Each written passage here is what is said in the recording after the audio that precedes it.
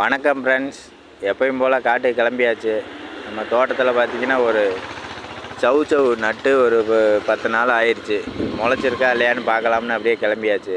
போகிற வழியில் பார்த்திங்கன்னா கீரை. இந்த கீரை பார்த்திங்கன்னா நம்ம வீட்டுக்கு தேவையான கீரை நம்மளே வச்சு பண்ணியிருக்கோம். நல்லா சத்தானது கூட, நல்லா வளர்ச்சி நல்லா வளர்ந்துருக்குது. சவு பார்த்திங்கன்னா இப்போ லைட்டாக வளர்ந்துருக்குது. பையை விட்டு வெளியே வந்துருச்சு. கொடி வளர்ச்சி பரவாயில்ல. இந்த பையை பார்த்திங்கன்னா எதுக்காண்டி வச்சுருக்கோம் அப்படின்னா, இந்த சவுக்காயை எதுவும் கடிச்சு போடாமல் எலி கடிக்காமல், அதனால் சுத்தவுக்கும் பையை வச்சு கட்டி வச்சுருக்கான். நல்லாவே முளைச்சி வந்திருக்குது. ஓரத்தில் பார்த்திங்கன்னா ஒரு வாழை நட்டுருக்கான். வாழை தார் வெட்டி அடுத்து பக்கட்டை அடிச்சிருக்குது.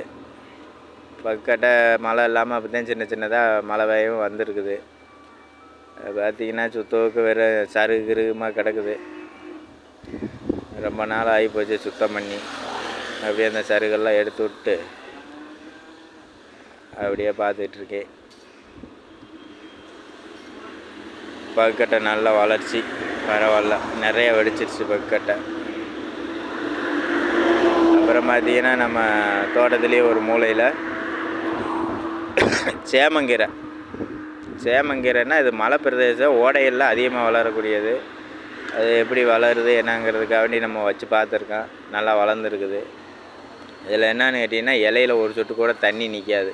தண்ணி ஊற்றினாலும் அப்படியே வடிஞ்சிடும். அந்த மாதிரி பவரானது. இது கீரை சாப்பிடலாம் அப்படிங்கிறதுனால நான் வச்சு பார்த்துருக்கேன். நல்லா வளருது.